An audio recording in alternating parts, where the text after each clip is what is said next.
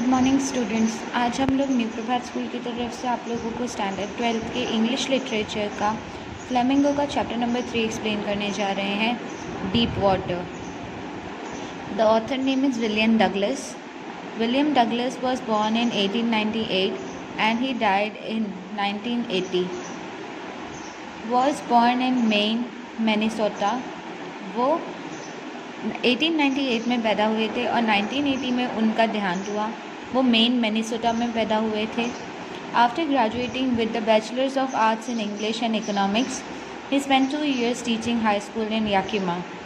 उन्होंने अपनी bachelors of arts और इंग्लिश में अपनी पढ़ाई कंप्लीट की और फिर वो याकिमा में करीबन 2 साल तक as a high school teacher पढ़ा रहे थे।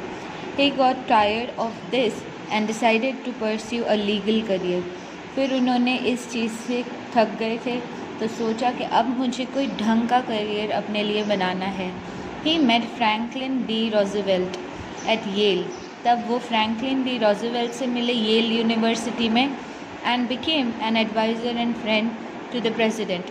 और फिर वहाँ पर वो प्रेसिडेंट के एडवाइज़र और फ्रेंड बनकर काम करने लगे। Douglas was leading advocate of individual rights और वो एक बहुत ही अच्छे एडवोकेट थे इंडिविजुअल यानी व्यक्तिगत राइट्स के बारे में। ही रिटायर्ड इन 1975 और 1975 में वो रिटायर हो गए with the term lasting 36 years and remains the longest service justice. उन्होंने 36 years अपना उस चीज़ में काम किया और सबसे बड़ा लंबा समय तक का जस्टिस का उनका सफ़र रहा in the history of the court. अब तक का कोर्ट का सबसे लंबा सफ़र उन्होंने ही तय किया। The following excerpt is taken from of man and the mountains by William O Douglas. William O Douglas के of man of and mountains के सेक्शन में से ये टॉपिक आपका लिया गया है और उसके बारे में हम इसमें पढ़ेंगे। It reveals how as a young boy William Douglas nearly drowned in a swimming pool. इस चैप्टर में आप देखेंगे कि किस तरह से जब वो छोटे थे तब वो एक स्विमिंग पूल में ऑलमोस्ट डूबने ही वाले थे। In this case he talks about his fear of water and therefore how he finally overcome it. उन्हें यहाँ पर अपने पानी के डर के बारे में उन्होंने यहाँ हमें बताया है और ये भी बताया है कि किस तरह वो अपने डर पर काबू पाते हैं। Notice how the autobiographical part of the selection is used to support his discussion of fear।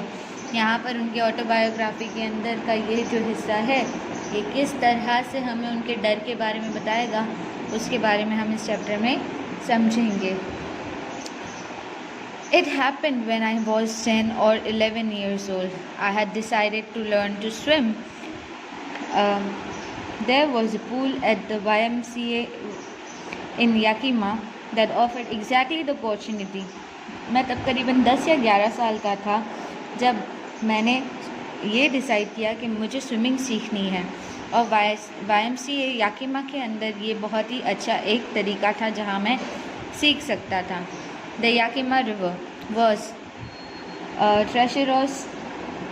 Mother continually warned against it. Yakima की जो नदी थी वो तो बहुत ही ज़्यादा एकदम ख़तरनाक भी थी और बहुत ही बड़ी भी थी।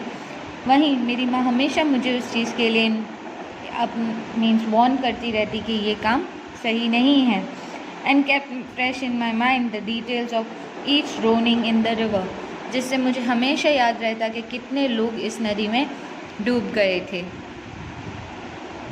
But the YMCA pool was safe. लेकिन YMCA का जो पूल था, स्विमिंग पूल, वो सेफ था। It was only 2 or 3 feet deep at the shallow and. वो करीबन 2 से 3 फुट ऊंचा था और वही उसकी गहराई थी। And while it was 9 feet deep at the other.